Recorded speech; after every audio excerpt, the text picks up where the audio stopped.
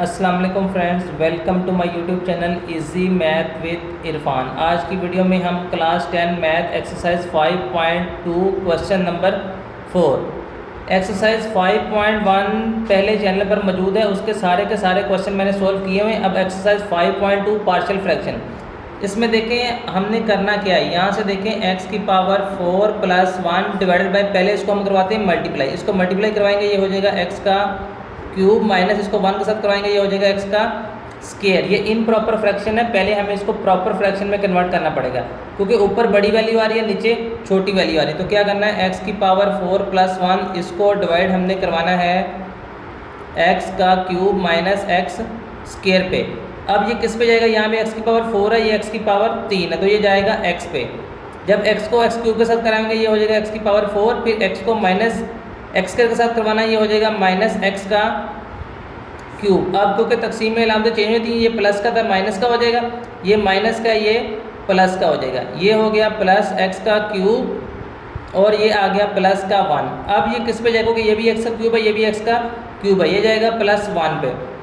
अब जब ये 1 पे जाएगा तो ये हो जाएगा x का क्यूब और फिर 1 को x के साथ करवाएंगे ये हो जाएगा माइनस x का स्केयर। अलामतें चेंज, ये प्लस का ये माइनस का हो जाएगा, ये माइनस का ये प्लस का हो जाएगा, तो यहाँ पे आ जाएगा x का स्केयर और प्लस का 1। अब इसको लिखने का तरीका क्या है, ये जो ऊपर वाली वैल्यू है ना इसको लिखना है साइड पर, ये हो जाएगा x प्लस 1, फिर लिखना है प्लस ये जो नीचे वाली वैल्यू इसको लिखना है ऊपर x स्केयर प्लस 1 और फिर ये वाली जो वैल्यू है ना इसको लिखना है बटे में। अब देखें ये वाली वैल्यू आई कहाँ से थी, ये वाली वैल्यू असल में ये वाली वैल्यू यहाँ से आई थी, ठीक है। तो इसकी जगह पे हम यही लिख देते हैं x square into x minus 1। तो अब हमने करना क्या है, हमने इतने हिस्से को लेट करना है। हम क्या करते हैं, लेट कर लेते हैं यहाँ से x square plus 1 divided by x square into x minus 1, इसको लेट करते हैं, पहले इसको सोल्व करते हैं और फिर इसको एंड में हम जवाब में लिख लेंगे साथ ही।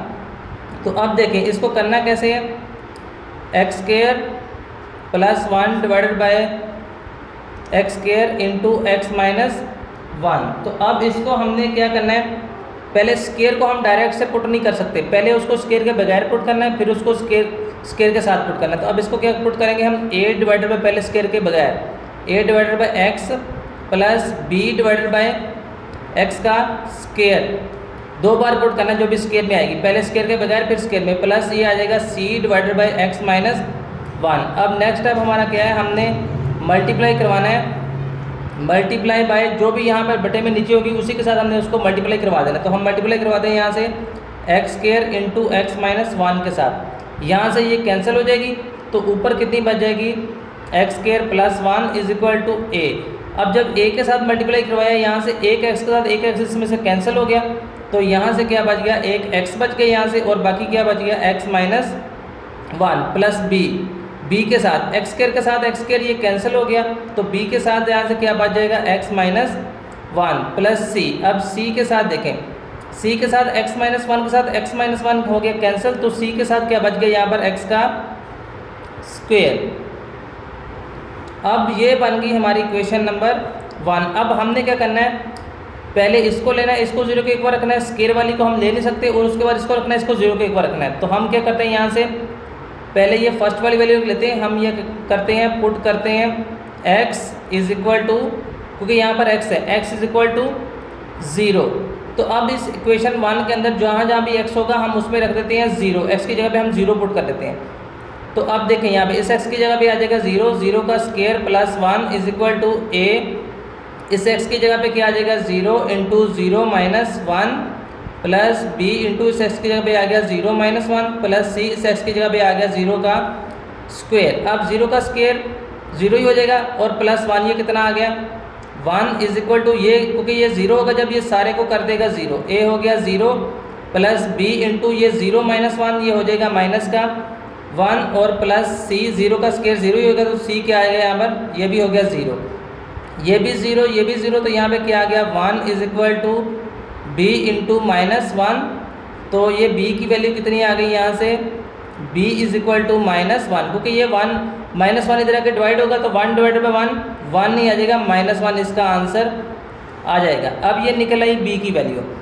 अब हमने नेक्स्ट क्या करना है, हमने रखना है, पहले इसको 0 को इक्वल रखा, स्केयर वाली को हम रख नहीं सकते, अब हमने इसको लेना है, इसको हमने 0 को इक्वल रखना है। तो हम क्या करते हैं, पुट करते हैं x - 1 = 0। इसको मैं नेक्स्ट पेज पे लिख लेता हूँ।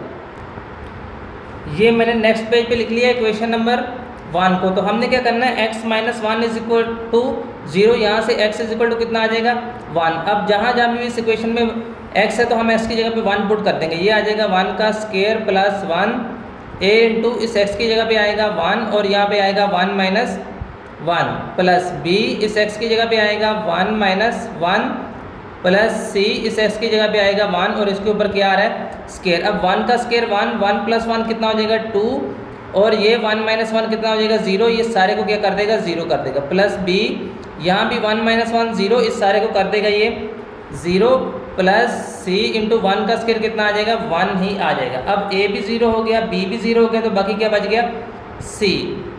तो यहाँ से क्या आ गया, c की कितनी वैल्यू आ जाएगी, यहाँ से c की वैल्यू आ गई, यहाँ से c = 2। अब हमारे पास दो वैल्यू निकल आई, हमारे पास b की वैल्यू भी निकल आई है और c की वैल्यू भी निकल आई है। बाकी रह गई हमारे पास a की वैल्यू।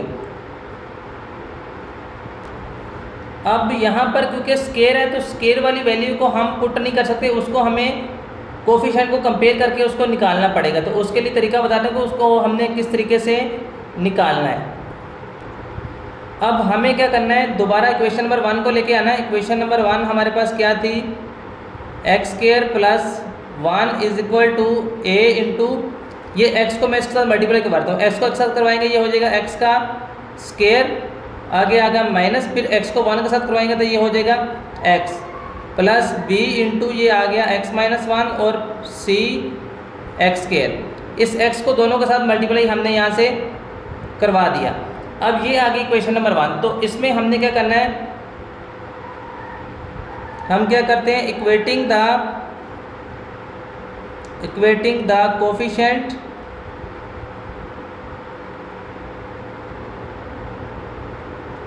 ऑफ x² का कोफिशिएंट हम कंपेयर करते हैं।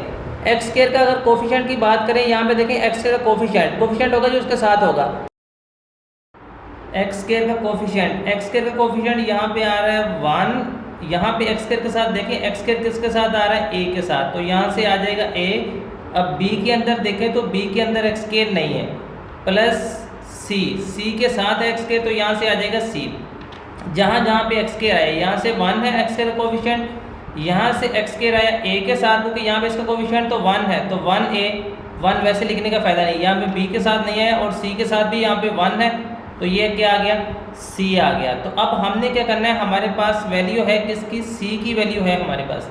c की जगह पे c की वैल्यू आ गई 2 प्लस a = 1, तो यहाँ से क्या आ जाएगा, ये प्लस का 2 इधर आके हो जाएगा माइनस का 2, तो यहाँ से a की वैल्यू क्या आ गई, a की वैल्यू आ गई -1। ये हमारे पास वैल्यू निकल आई a की, b की और c की। तो अब हम उसके अंदर पुट कर देते हैं।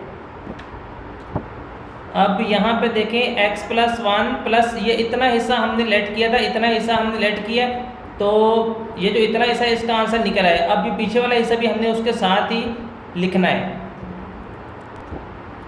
तो ये हो गया यहाँ से x + 1 प्लस, अब ये जो हमने यहाँ से निकाला है a b और c, a b c की जगह पे ये इतना हिस्सा जो था a की जगह पे a की वैल्यू पुट करते हैं। a की वैल्यू हमारे पास निकल आई, b की वैल्यू -1 है, तो यहाँ से क्या हो जाएगा a की वैल्यू हमने कितनी निकाली है -1 डिवाइडेड बाय x, और b की वैल्यू कितनी आई, b की वैल्यू -1 आई, ये आएगा -1/x², और c की वैल्यू कितनी निकाली, c की वैल्यू निकाली हमने 2, तो ये हो जाएगा 2 डिवाइडेड बाय x - 1। तो अब ये यहाँ से हो जाएगा x + 1, ये प्लस माइनस इसको कर देते हैं माइनस, प्लस माइनस माइनस हो जाएगा, -1/x - 1/x का square plus 2 divided by x - 1। तो ये आ गया इसका टोटल आंसर।